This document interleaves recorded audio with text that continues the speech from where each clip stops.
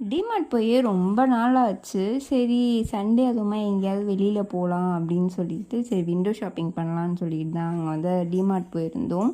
சரி பாப்பாக்கு ஏதாச்சும் இருக்கான்னு பார்த்தா ட்ரெஸ் எல்லாமே ரொம்ப க்யூட்டாக இருந்தது.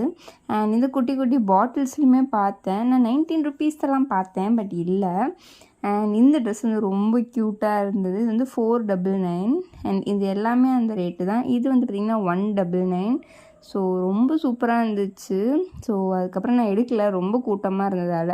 ஸோ நான் வந்து கொஞ்சம் திங்ஸ் மட்டும் வீட்டுக்கு தேவையானது மட்டும் வாங்கினேன். இதெல்லாம் வந்து பார்த்திங்கன்னா இதுக்கு முன்னாடி நான் வந்துட்டு ஒரு ஷாப்பிங் வீடியோ போட்டிருப்பேன்.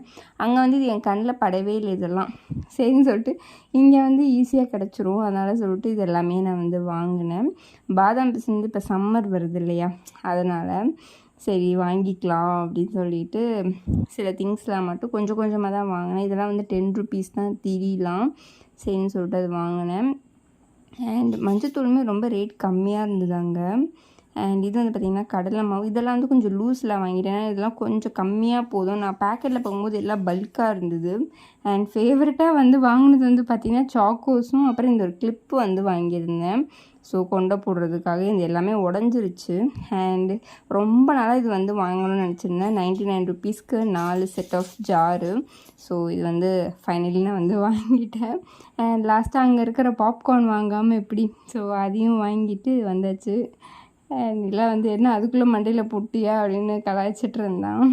அண்ட் எல்லாத்தையும் வந்து பார்த்திங்கன்னா ஒன்று ஒன்றா அரேஞ்ச் பண்ணிகிட்டு இருந்தேன். அண்ட் இதுக்கு முன்னாடி வாங்கின சாக்கோஸ் ஃபுல்லாக காலி. அண்ட் பாசிப்பருப்பும் கொஞ்சம் தான் இருந்தது, அதனால் அதையும் ரீஃபில் வந்து பண்ணியாச்சு. மேலே வந்துட்டு பேலன்ஸ் இருந்த பாசிப்பருப்பையும் நான் வந்துட்டு ஃபுல்லாக ஃபில் பண்ணிட்டேன்.